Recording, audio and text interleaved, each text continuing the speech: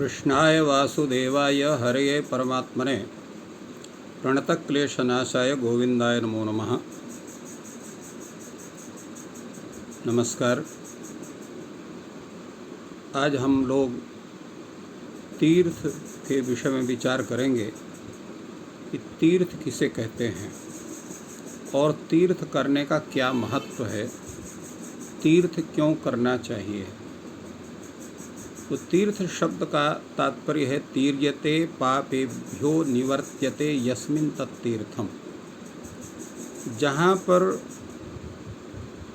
पुण्य स्थल में जाकर के पवित्र नदियों में स्नान करते हैं, तत्त देवों का स्मरण करते हुए जिस स्थल विशेष में जहाँ स्नान आदि करने से, देव दर्शन करने से संपूर्ण कृत संचित पापों का विनाश होता है, वे स्थल तीर्थ शब्द से जाने जाते हैं। शास्त्रों में तीर्थ शब्द से ऋषि महर्षियों द्वारा सेवित जल को भी तीर्थ कहा जाता है। तीर्थम ऋषिजुष्टम जले गुरौच, और गुरु को भी तीर्थ कहा जाता है। वैसे तीर्थ शब्द का प्रयोग तीर्थे शास्त्रे गुरौ यज्ञे पुण्यक्षेत्रावतारयोः ऋषिजुष्ट जले सत्रिण्युपाये स्त्रीरजस्यपि, अर्थात तीर्थ में, शास्त्र में, गुरु में, यज्ञ में, पुण्यक्षेत्र में, भगवान के अवतारों में, ऋषियों के द्वारा सेवित जल में और सत्र में तथा उपाय में, उस स्त्रियों का जो रजो दर्शन है, इसमें तीर्थ शब्द का प्रयोग किया जाता है।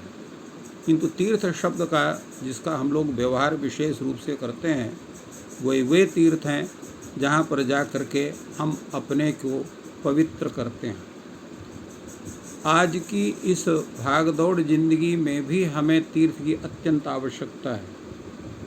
इसका कारण यह है कि पुण्य क्षेत्र में जब हम जा कर के और वहाँ देव दर्शन करते हैं, वहाँ अनेक प्रकार के साधु संतों से मिलते हैं, तो जहाँ हमारे शारीरिक मल और मानसिक मल की जो है उनसे हमें छुटकारा मिलता, वहीं जब हम उन तीर्थों में जा कर के बड़े बड़े ऋषियों से, महर्षियों जैसे संतों से मिलते हैं, विद्वानों से मिलते हैं, तो हमारा जो अज्ञान रूप जो हमारा दोष है उसका भी शमन होता है।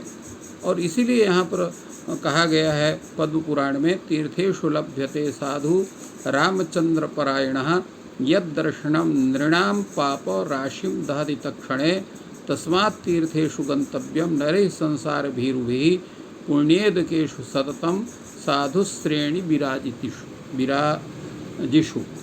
तात्पर्य है कि जब हम तीर्थ में जाते हैं तो भगवान के उपासक, उनके तपश्चर्या करने वाले, जप करने वाले, व्रत करने वाले, अत्यंत तपस्वी सात्विक उन जो है संतों का दर्शन होता है, जिनके समीप में बैठ करके उनसे चर्चा करके हम लोग अपने संपूर्ण पाप राशि का स्वरूप कहाँ बनता है? मन में, वाणी में, कर्म में और उससे संबद्ध जो है आत्मा में।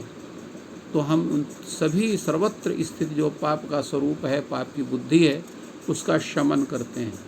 पाप बुद्धि की शमन करने की ही सबसे ज़्यादा आवश्यक है, क्योंकि अगर पाप बुद्धि हमारी रहती है तो बार बार हम तीर्थ में स्नान करने के बावजूद भी अपने को पवित्र हम नहीं कर पाएंगे। इसलिए आवश्यक है कि हम जो है जब तीर्थ करने जाएं तो विधि पूर्वक जाएं और उससे संबद्ध जो कार्य हैं उनको करें। इसकी विधि कहा गई है, विधिना गच्छताम नृणाम फलावाप्तिर विशेषता। जो विधि पूर्वक जाते हैं, विधि पूर्वक जाने का तात्पर्य क्या है कि सबसे पहले हमें क्या करना है?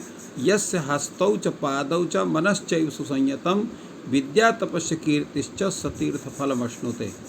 तथा जिसके हाथ संयत हैं, गलत कार्य करने में उद्यत नहीं होते हैं, जिसके पैर जो है गलत कार्य की तरफ नहीं आगे बढ़ते हैं, मन जिसका कभी भी जो है किसी पाप कर्म के विषय में सोचता नहीं है, जो विद्या के विषय में, तपस्या के विषय में अपने सुकीर्ति की रक्षा के विषय में हमेशा सजग रहता है, ऐसा व्यक्ति ही तीर्थ का फल प्राप्त करता है।